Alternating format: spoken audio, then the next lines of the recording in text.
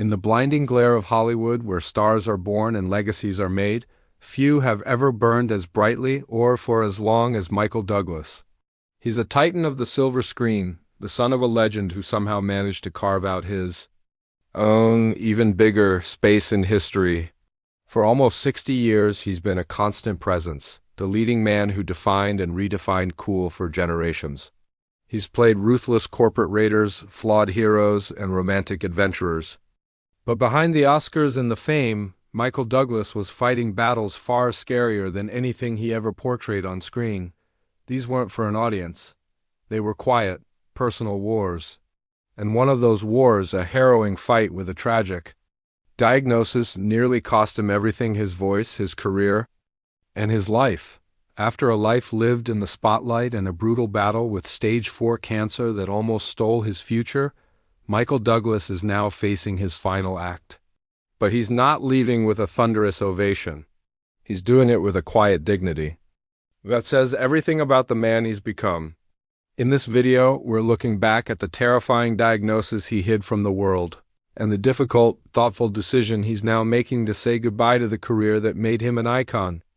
It's an incredible story of resilience, love, and a man who, after staring mortality in the face, chose a whole new way to live. To really get the weight of Michael Douglas's journey, you have to understand the world he was born into. He wasn't just another kid trying to make it as an actor.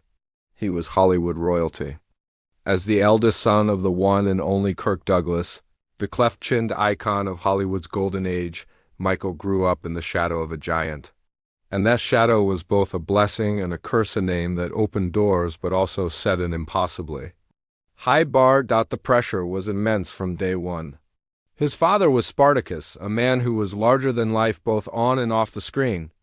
Kirk Douglas had clawed his way up from poverty to become one of the most powerful men in town, known for his fierce intensity and relentless work ethic. For a young Michael, that meant navigating a complicated relationship built on love, admiration, and a desperate need to find his own way.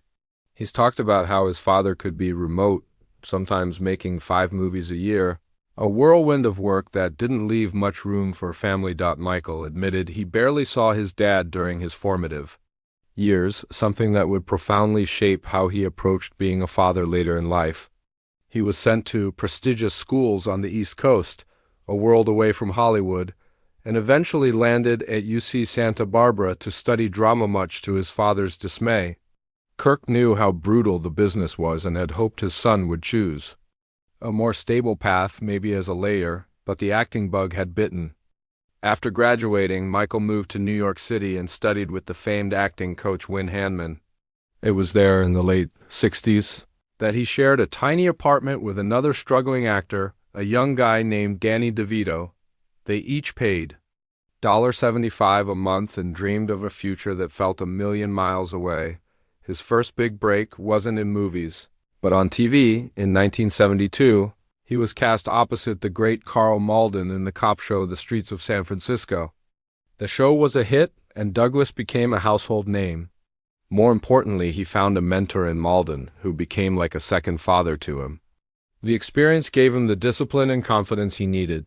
It proved to the world, and probably to himself, that he was more than just Kirk Douglas's son. He was a real talent, but Michael had bigger ambitions. He'd seen his father's power as a producer and knew that real influence came from controlling the material.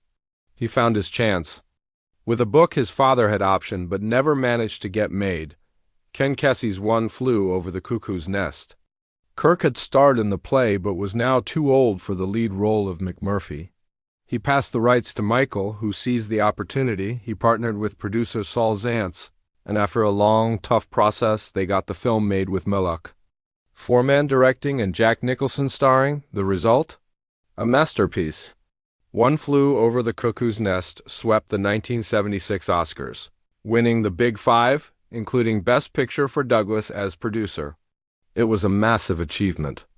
At just 32, Michael Douglas had done something his legendary father never had. He'd won a Best Picture Oscar. He had stepped out of the shadow and was now casting a long one of his own.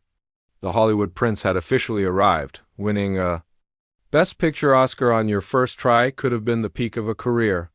For Michael Douglas, it was just the warm-up act. It lit the fuse on a creative explosion that would see him dominate Hollywood for the next 20 years. He didn't just become a star. He became a cultural landmark, an actor who perfectly captured the spirit of the times. His acting career quickly caught up to his producing success. In 1979, he starred in and co-produced The China Syndrome, a thriller about a near meltdown at a nuclear power plant. In a chilling twist of fate, just 12 days after the film came out, the 3 Mile Island accident happened in Pennsylvania. Suddenly, the movie wasn't just fiction. It was a terrifyingly relevant piece of social commentary, but it was the 80s that made him a superstar. He kicked off the decade with a swashbuckling turn in Romancing the Stone, pairing up with Katherine Turner for a romantic adventure that was a massive hit. Their chemistry was so electric, they immediately re-teamed for a sequel. The Jewel of the Nile, Douglas, however, was never one to play it safe. He was drawn to dark, complicated, morally gray characters. In 1987, he delivered 2 of the most iconic performances of the decade. First came Fatal Attraction, the thriller that became a cultural phenomenon. Douglas played Don Gallagher, a married lawyer whose affair with an unstable editor, played by Glenn Close, turns into an absolute nightmare. The film tapped into a deep cultural anxiety, and the term bunny boiler officially entered the dictionary. As if that weren't enough, a few months later he unleashed Gordon Gekko in Oliver Stone's Wall Street. With his slicked-back hair and predatory grin, Gekko was the embodiment of 80s corporate greed. His motto, "Greed, for lack of a better word, is good," became an anthem for an entire generation. It was a masterclass in charismatic evil, and it won Michael Douglas the Academy Award for Best Actor. He now had Oscars for both producing and acting, a rare feat that cemented his place in the Hollywood pantheon. The 90s saw him push the boundaries even further. He starred in the deliciously dark comedy The War of the Roses, and then, in 1992, the erotic thriller Basic Instinct. Playing a detective seduced by a brilliant and manipulative novelist played by Sharon Stone, Douglas once again dove into the dangerous territory of obsession and sexual politics. The film shattered box office records and sparked a firestorm of controversy. He followed that with a powerful performance in Falling Down and a charming turn as the commander-in-chief in The American President. He was the quintessential leading man and afraid to play characters who were flawed, conflicted, and deeply human. He was a sex symbol, a serious actor, a powerful producer, and a box office king. He was at the absolute top of his game, an invincible titan of the industry. But as the decade came to a close, the man who had it all was about to learn that life had other plans. As the new millennium began, Michael Douglas was a man who had accomplished everything. He was an Oscar-winning global superstar. Yet it was now, in his mid-50s, that he took on his most important role, husband and present father. In 1998, at a film festival in France, his buddy Danny DeVito introduced him to a Welsh actress 25 years his junior, Katherine ZetaJones. Douglas was instantly hooked. On their very first meeting, he famously told her, "I want to father your children." A line that should have been a complete disaster somehow worked. Their connection was real and powerful. Despite the tabloids having a field day with their quarter-century age gap, their relationship blossomed. On November 18, 2000, they were married in a stunning ceremony at the Plaza Hotel in New York. This wasn't just a marriage. It was a do-over for Douglas. He'd been married before and had a son, Cameron, but openly admitted that he was so consumed by his career that he wasn't the father he should have been. With Katherine, he was determined to get it right. They had a son, Dylan, in 2000, and a daughter, Carries, in 2003. For Douglas, this second shot at fatherhood was a gift. He consciously pulled back from the relentless pace of his career to be a hands-on dad, determined to be the presence in his children's lives that he often missed from his own father. But this perfect picture wasn't without its shadows. The Douglas family, for all its fame and fortune, wasn't immune to struggle. The most public and painful of these involved his eldest son, Cameron. Growing up in the shadow of a famous father and a legendary grandfather took its toll. Cameron battled addiction for years, a fight that ended with a 2010 drug conviction and a long prison sentence. The pain of seeing his son incarcerated was a heavy weight for Douglas. He was open about the emotional toll it took, even wondering aloud if the immense stress of his son's situation might have triggered the health crisis that was just around the corner. It was a time of profound anxiety, watching his son's life unravel from behind bars. Douglas had his own demons, too. He checked into rehab back in 1992, reportedly for alcohol abuse. The pressures of a life lived in the public eye, combined with the stress of his job, had mounted over the years. He was a man who, its forces, preparing an attack that would test him in ways he could never have imagined. Section 4. The unseen enemy. The year 2010 started out normally enough. Michael Douglas was still working, preparing for the release of Wall Street, Money Never Sleeps, where he would reprise his Oscar-winning role. On the surface, everything was fine. But underneath, something was deeply wrong. It started with a persistent sore throat. For months, he had a nagging pain that just wouldn't go away. He did what anyone would do. He went to doctors. He saw specialists, had tests, and was repeatedly told it was probably just an infection. But the pain lingered. The misdiagnoses went on for the better part of a year. It was frustrating and confusing. Here was one of the most famous men in the world, with access to the best doctors, and nobody could figure it out. The turning point finally came during a visit to a friend's doctor in Montreal. This doctor took one look inside his mouth and his face changed. As Douglas later said, "I will always remember the look on his face." The doctor's words were blunt. "We need a biopsy."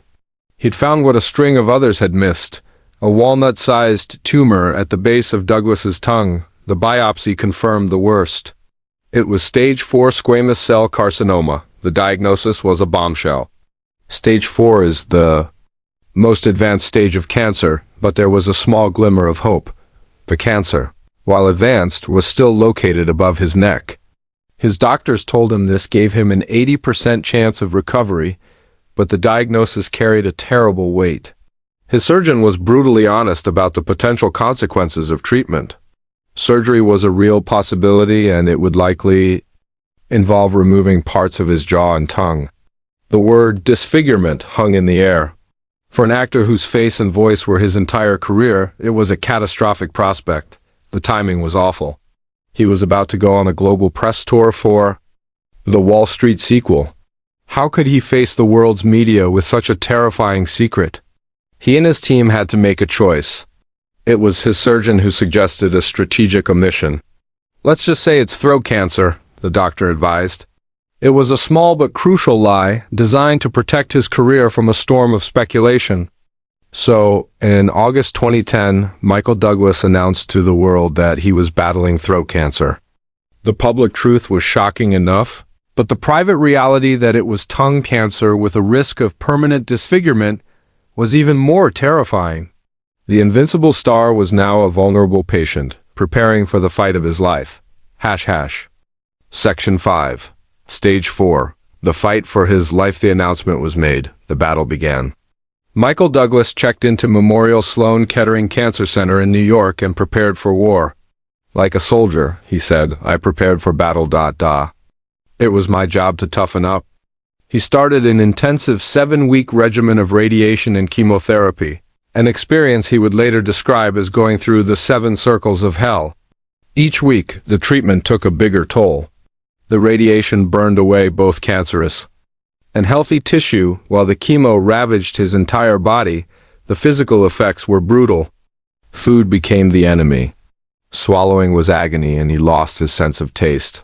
Doctors offered to insert a feeding tube, but warned it could permanently affect his ability to swallow and taste later. Fearing this, Douglas refused, choosing instead to force himself to eat every day. His body started to waste away. He lost a staggering 45 pounds, his powerful frame now gaunt and frail. The treatment left him profoundly weak. "It made me very weak," he recalled. Yet he showed incredible fortitude, continuing to work through the first 6 weeks of his treatment. Determined not to let the disease stop his life, the emotional toll was just as heavy. His wife, Katherine ZetaJones, called it a nightmare, watching the man she loved weaken before her eyes. The stress was so immense that it later contributed to her own public battle with bipolar II disorder. His family rallied around him, but the fight was ultimately his. Amazingly, Douglas claimed the thought of dying never crossed his mind. "It's weird, I know," he said, "but during the whole period of chemotherapy and radiation, it never crossed my mind that I could die." He put his faith in his medical team and surrendered to the process. He finished his final treatment in late 2010, exhausted and depleted, but alive. The war had been fought.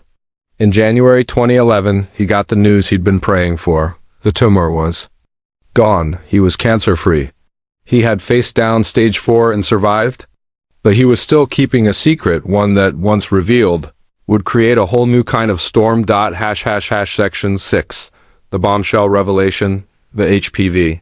Link. Michael Douglas had survived. He was back, a walking testament to resilience. For 2 years, that was the story. But in 2013, in an interview with The Guardian, he dropped a bombshell that completely changed the conversation. When asked if he regretted his years of smoking and drinking, the traditional causes of his type of cancer, Douglas gave a shockingly honest answer.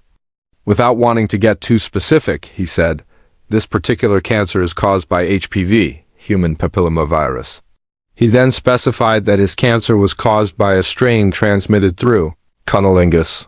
The admission sent shockwaves through the media. A major Hollywood star was linking his cancer not to tobacco, but to a sexually transmitted virus. The story went viral. For many people, it was the first time they'd ever heard of a link between HPV and throat and mouth cancers. His publicist tried to walk it back, but Douglas stood by his statement. In speaking out, he accidentally became the world's most famous advocate for HPV-related cancer awareness. He shone a massive spotlight on what experts confirmed was a growing public health issue. About 70% of these cancers in the U.S. are now caused by HPV. His story helped change the face of the disease. The typical patient was no longer just an older smoker, but often a healthier, non-smoking, middle-aged person. His candor helped destigmatize the conversation around STIs and highlighted their potential to cause deadly cancers. It also underscored the critical importance of the HPV vaccine, which can prevent the very strains that cause these cancers. There was a silver lining. His doctors pointed out HPV-related cancers actually have a much better prognosis and higher survival rates.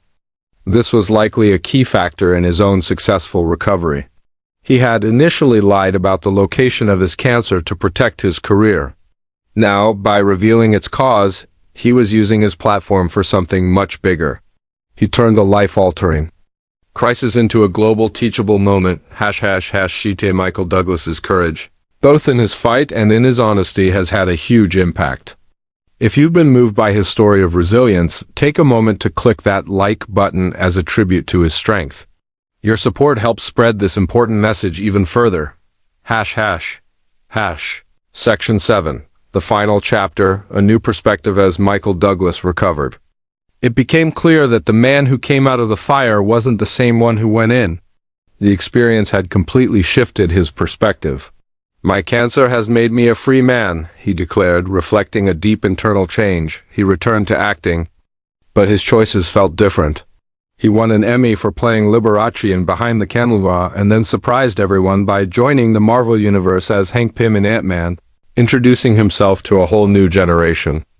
Perhaps his most poignant role was in the Netflix series The Kaminsky Method, where he played an aging acting coach navigating the absurdities of getting older. The show earned him a Golden Globe and felt like he was gracefully exploring his own feelings about legacy and life's final act, but his priorities had fundamentally changed. The relentless drive was gone, replaced by a deep appreciation for his family. This all led to a series of candid statements in mid-2025 at a film festival. The 80-year-old actor revealed he was essentially stepping away from acting. "I have not worked since 2022 purposefully because I realized I had to stop," he said. I did not want to be one of those people who dropped dead on the set. He was careful not to say retired, leaving the door cracked open for something special. I have no real intentions of going back, he stated. But I say I'm not retired because if something special came up, I'd go back. But otherwise, no. This wasn't a decision born from tragedy, but from wisdom. It was a choice to say goodbye to the demands of a 60-year career, to say hello to a new chapter. He talked about supporting his wife's career and focusing on his health. In a move that brings his story full circle, one of his last projects was a movie called Asterisk Looking Through Water Asterisk, which he filmed alongside his son, Cameron. The film, about a father and son reconnecting, is a poignant echo of his own journey. It's a fitting end to a career project that's less about the spotlight and more about love and family. The tragic diagnosis from the title wasn't a new illness, but the one from years ago, the diagnosis that ultimately led him not to an end, but to a new, more meaningful beginning. ## conclusion. Michael Douglas's life has been an epic story played out on the world stage. He started as Hollywood royalty and forged a legacy that was all his own. He was a risk-taker, an icon, the defining leading man of his generation. But maybe his most powerful role was one he never asked for, that of a survivor. His battle with stage IV cancer was a terrifying ordeal that nearly silenced him forever, but in surviving he found a new voice. He turned his personal struggle into a powerful public platform, raising global awareness and stripping away the stigma from a